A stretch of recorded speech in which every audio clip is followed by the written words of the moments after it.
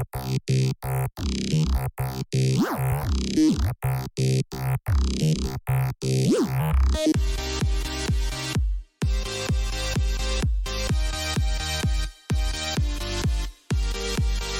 priest has been arrested for sexual assault in the fly-in community of Little Grand Rapids in Manitoba.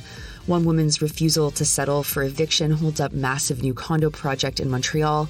Lawyers warn that Canada's new bail proposals are unconstitutional, and fighting continues in Sudan despite a ceasefire.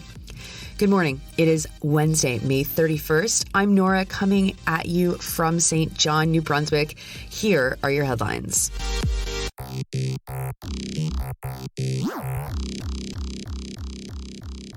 We start this morning in the community of Little Grand Rapids, Manitoba, where RCMP officers have arrested a priest for sexual assault.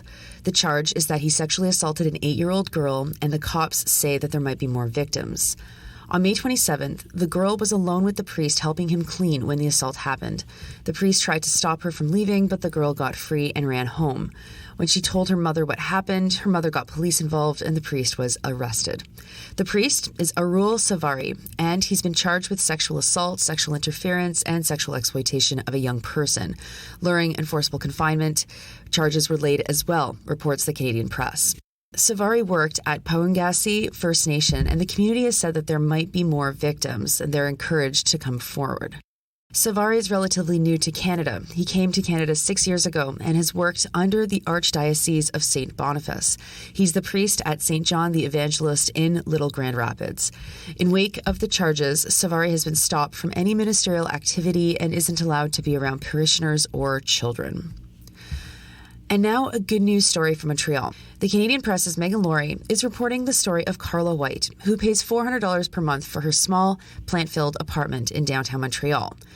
She has no working stove, and her desk and bed take up most of the space, but it's home, and it's the sole remaining reason a building that is slated for demolition cannot be demolished. It's being demolished so a new 175-unit condo can be built. For the project to go ahead, the developer needs to find White a place to live. White refuses to leave unless the developer finds her a place that will ensure she doesn't end up homeless. The apartment is on the corner of Saint-Hubert and Sainte-Catherine. The city's demolition committee voted in favor of demolition, but there are conditions attached to the decision.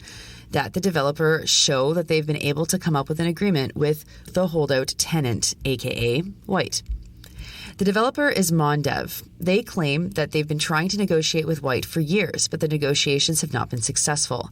They said that they've offered her $20,000, which she has refused. She says that she wants a penthouse and more than $50,000. White says that none of her demands are unreasonable. The cost of living in Montreal and the lack of affordable housing means that her apartment is rare. White wants affordable rent that is guaranteed for 5 years or the cash equivalent. The developer has offered her an apartment, but there was no guarantee that her rent wouldn't rise. Lowry talked to Robert Baudry, city councillor and chairperson of the demolition committee.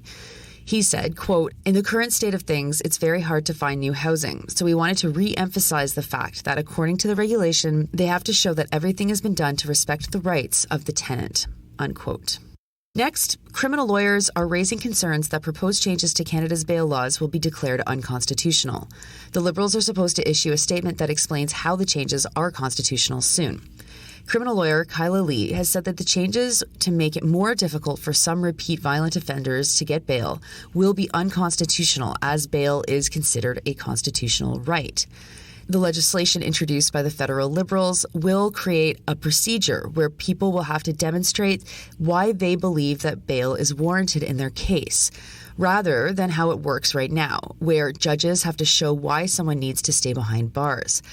This reverse onus situation will place more pressure on the accused to demonstrate why they deserve bail, and will take pressure off the state to demonstrate why incarceration is necessary.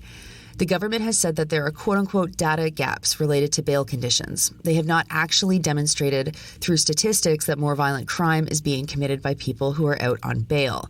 They're more responding to popular sentiment that is being fueled by people who want to see people locked up. It's a return of the Harper-era tough-on-crime laws, except this time it's coming from the Liberals. The risk, says lawyer Lawrence Greenspan, is that while the charter challenges make their way through the legislative processes, there will be people who get caught up in the system under laws that will probably at some point be struck down, just as happened under the so-called tough on crime laws from Stephen Harper. And finally, to Sudan, where violence has continued despite a ceasefire that was intended to allow aid to reach civilians. The army and the Rapid Support Forces had agreed to extend a week-long ceasefire by 5 days. Just before they signed the extension, though, there was intense fighting in all 3 adjoining cities in the capital, Khartoum, Khartoum North, and Omdurman. The ceasefire is being monitored remotely by Saudi Arabia and the United States. While the ceasefire was broken, aid still reached about 2 million people. Al Jazeera is reporting that residents of Omdurman were skeptical that a ceasefire would stop the violence in their city. Some 1.4 million Sudanese have fled their homes since the war started, including 350,000 people who have fled to neighboring countries. Of the 5 million residents of Khartoum, nearly 700,000 people have fled. Those are your headlines for Wednesday, May 31st. It's the last day of May, so make sure you do something to celebrate the passage of time. I'm Nora, and I'll talk to you tomorrow.